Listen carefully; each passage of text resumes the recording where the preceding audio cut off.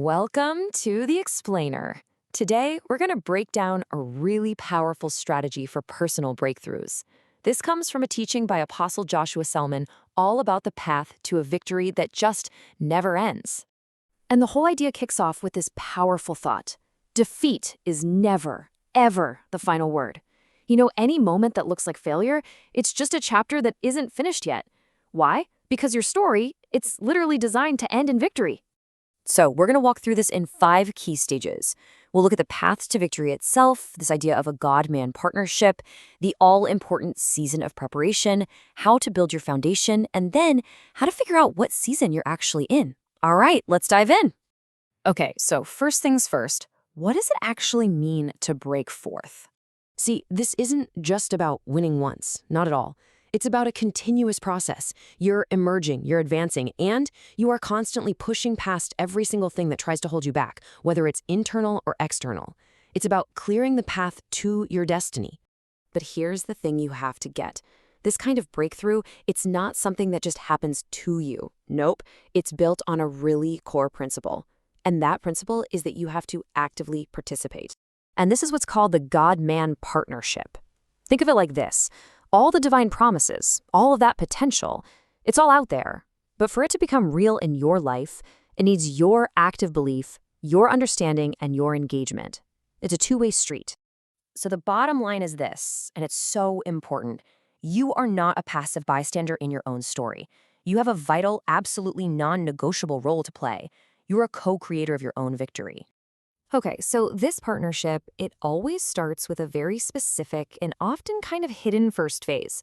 Let's get into what that looks like. Here it is. Before any great emergence, there's always what's called a season of preparation. And look, this season is often quiet, it can be lonely, it's definitely unannounced. This is where the real, gritty, foundational work gets done, long before anyone on the outside sees a single bit of success. So that begs the question, right? If this season is so crucial, what are you supposed to be doing while you're in it?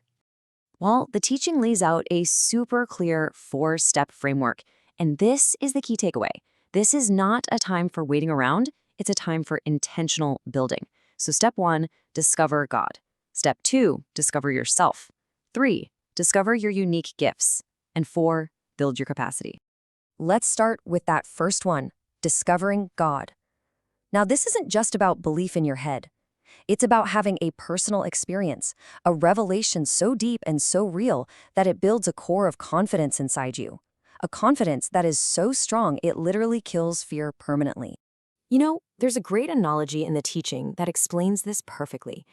Imagine someone tells you, hey, go talk to that policeman over there and I promise I'll give you $100. You'd probably hesitate, right? You'd be a little fearful. That's hearsay. You're just going on someone else's word. But what if you've already seen the $100? What if it's already in your hand? Now you're going to walk over there with bold conviction. That's the difference between hearsay and a real encounter.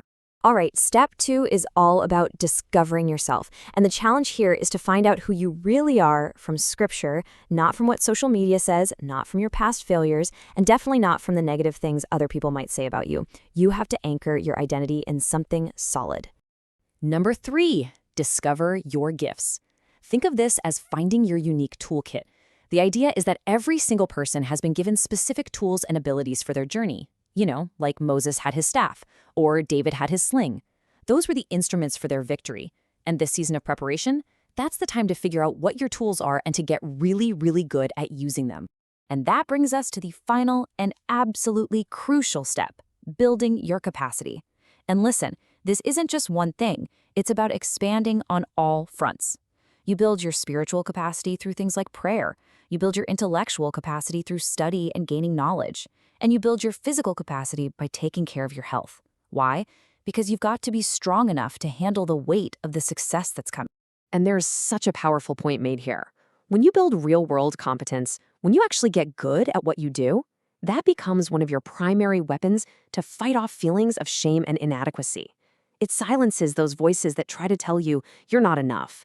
So, okay, we've walked through this whole pathway, right? From the partnership principle all the way to the practical steps of preparation. And it all leads to one final, really game-changing thought to leave you with. And this right here, this is the big takeaway. it totally reframes how we look at struggle. What if that feeling of being stuck, of being unseen, what if it's not a sign of failure at all? What if instead it's actually that unannounced, non negotiable, and absolutely essential season of preparation for the massive victory that's just around the corner?